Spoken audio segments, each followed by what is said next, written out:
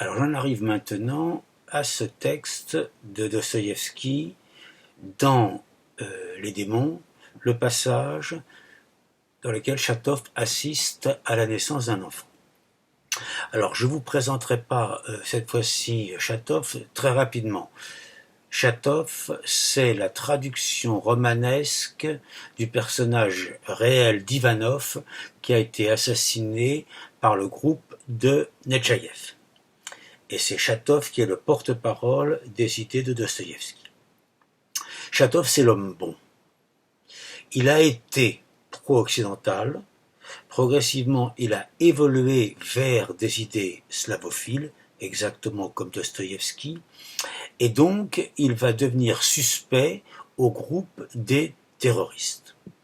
Chatov a été abandonné par sa femme, qui revient parce qu'elle-même a été abandonnée par le groupe des terroristes, elle est enceinte, elle va revenir auprès de son ancien mari pour être protégée et pour accoucher. Donc, 3 personnages dans cette scène, Chatov, sa femme, la sage-femme. Chatov, donc, l'homme bon, qui est en train de changer d'opinion politique. Maria, la femme de Chatov, qu'il n'a pas vue depuis des années, qui a été abandonnée et qui trouve refuge auprès de son mari qui l'accueille avec joie alors qu'elle l'a trompé avec l'un des chefs du groupe terroriste. Et enfin, la sage-femme, Arina, dont le mari fait partie du groupe terroriste, qui est nihiliste, athée, qui se moque de la religion, mais qui est la meilleure sage-femme de la ville. Et Chatov l'a invitée à venir aider l'accouchement de Maria. Tout ce texte se résume dans une formule 1 + 1 = 3. Je vous lis le texte. Et soudain il perçut un nouveau cri qui le fit tressaillir et se lever d'un bond. Le cri d'un petit enfant faible, comme fêlé.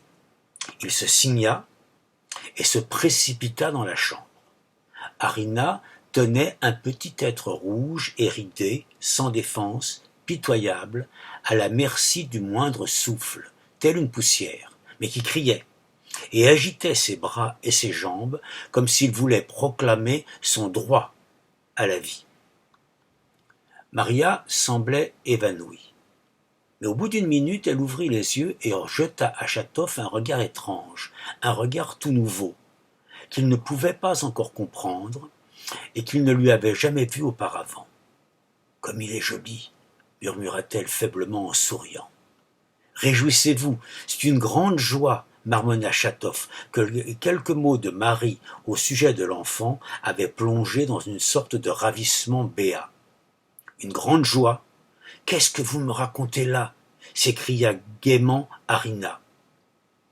L'apparition d'un nouvel être est un grand mystère, un mystère incompréhensible, Arina, et c'est dommage que vous ne le compreniez pas, bredouilla Chatov comme ivre. On eût dit qu'il n'avait plus sa tête à lui et que les paroles jaillissaient de ses lèvres en dépit de sa propre volonté. Ils étaient 2. Et voilà qu'apparaît un nouvel être humain, un nouvel esprit, complet, achevé, tel qu'il n'en a jamais été créé, mais humain. Une nouvelle pensée, un nouvel amour. C'est même terrible. Il n'y a rien de plus grand au monde.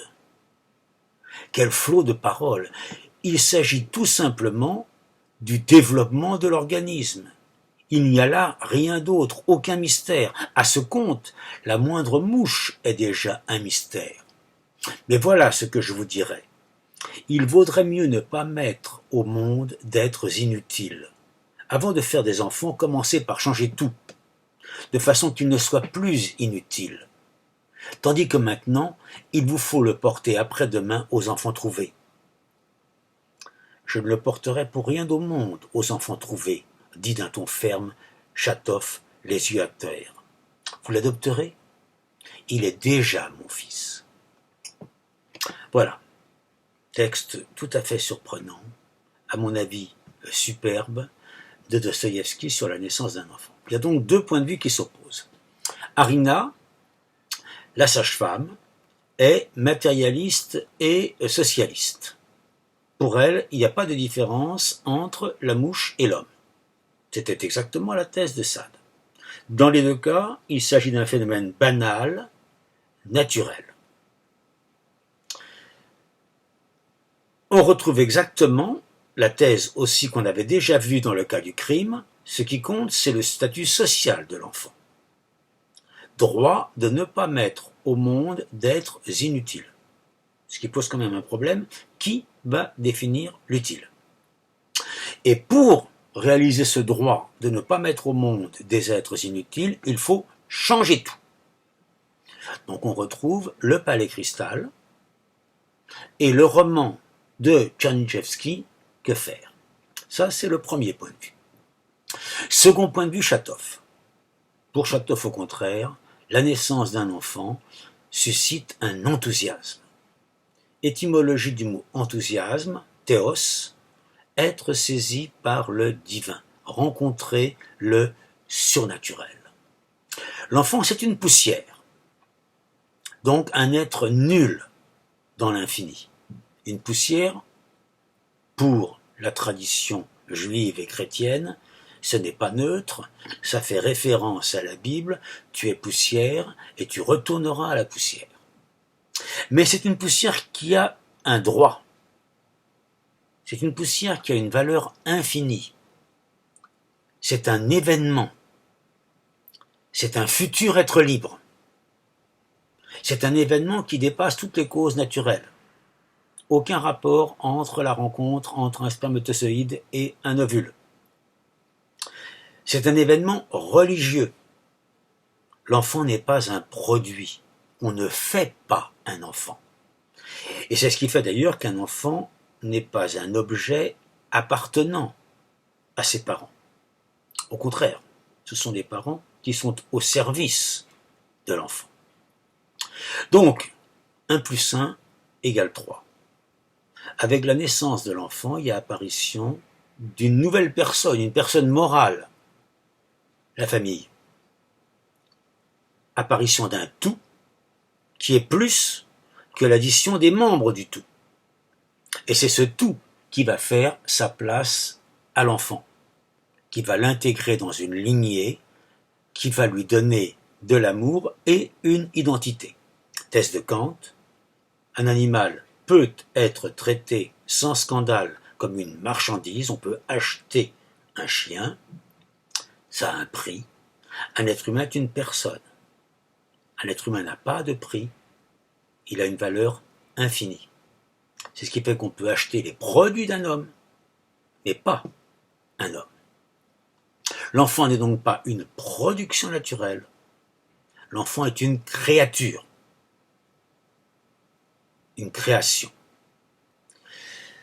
Autre idée importante dans ce texte, on a un rapport au sublime. C'est terrifiant, c'est grandiose, ça laisse sans voix. C'est donc au sens étymologique, là encore, ce qu'on appelle une expérience. Ex periri, passer à travers le périlleux. Donc une expérience, c'est pas l'expérience d'un objet. L'expérience, c'est ce qui transforme le sujet. Les deux adultes, Chatov, Aria, vont être métamorphosés, vont être intégrés dans cette personne morale. Si on traduit ça en termes biologiques, on dirait la fonction crée d'organes. Si on traduit ça en termes sociologiques, on dira la bif et le moine. Ils sont métamorphosés par la nouvelle fonction. Ça implique qu'un enfant, ça a 3 aspects. Il y a un aspect naturel de la naissance d'un enfant. Toutes les femmes savent que la grossesse, ça peut être lié à la nausée, ça peut être lié à des douleurs de l'accouchement. Tous les parents savent qu'il peut y avoir des ressemblances physiques entre l'enfant et les parents, la couleur des yeux, etc. Ça, c'est l'aspect naturel de la naissance d'un enfant. Deuxième niveau, il y a un aspect social de la naissance d'un enfant. À l'époque de Dostoïevski, quand il écrit son roman, l'accouchement, c'est le secret des femmes. Un homme n'assiste pas à un accouchement. Ce sont les sages-femmes qui viennent. Donc Chatov reste hors de la chambre. Heureusement que ça a changé depuis. Et il n'entre dans la chambre que lorsqu'il entend le cri. Ça, c'est l'aspect social. Puis troisième aspect, et c'est là que Dostoïevski veut en venir, il y a un aspect surnaturel de la naissance d'un enfant. C'est ce que Kant appelle le sublime. Le sublime se distingue du beau, et le sublime s'oppose au dégoûtant. Un accouchement, ça peut être vécu comme dégoûtant ou comme sublime. Le beau, c'est le domaine de l'harmonie. Le beau, chez Kant, c'est le rapport entre l'imagination et l'entendement. Le beau, c'est le temple grec.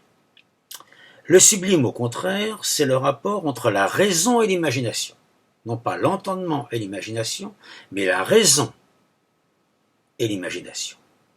Et le sublime, c'est toujours l'expérience de la démesure.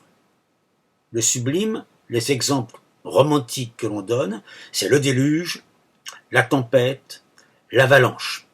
Ce qui risque toujours de vous emporter complètement. Mais ce qui vous fait découvrir que vous êtes d'un autre ordre. Ce qui vous fait découvrir votre propre liberté. Donc le sublime, c'est ce qui déborde l'imagination. L'imagination fait des efforts pour arriver à atteindre les trois idées de la raison, l'idée d'âme, l'idée de monde, l'idée de Dieu, et elle n'y parvient pas. Mais dans cet échec, elle découvre sa propre liberté.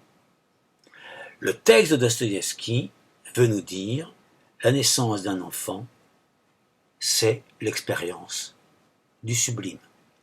Ça transcende complètement l'aspect naturel, ça transcende même l'aspect social. Un enfant, c'est un futur être libre. Et c'est ça qui est mystérieux. Comment un futur être libre peut-il sortir du ventre de sa mère ?